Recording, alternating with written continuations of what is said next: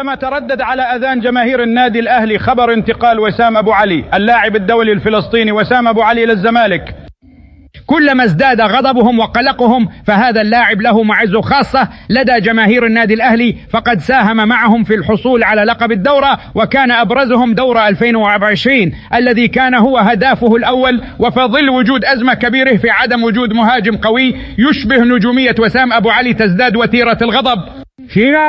وازداد الأمر اشتعالا عندما أعلن أحد الصحفيين اتصال هاتفي من ممدوح عباس رجل الأعمال الزملكاوي مع اللاعب وسام أبو علي يعرض عليه مبلغ كبير مقابل اللعب بالتيشيرت الأبيض في ظل عصر الاحتراف. من غير الغريب رؤية اللاعب الموسم المقبل يرتدى تيشيرت الزمالك، خصوصا أنه أثبت تفوق كبير في الدوري الأمريكي حاليا مع فريق كولومبوس أوهايو، حيث سجل 5 أهداف وساهم في هدف، وجميع الأنظار تتجه إليه. والبعض قد اقترح على إدارة الأهلي المطالبة بعودة وسام إلى الأهلي قبل أن يخطفه غريمه الزملكاوي. أرقام وسام أبو علي اللاعب الفلسطيني الدنماركي حامل الجنسيتين تدعو إلي الاهتمام بخدماته ويشارك أساسيا مع فريقه.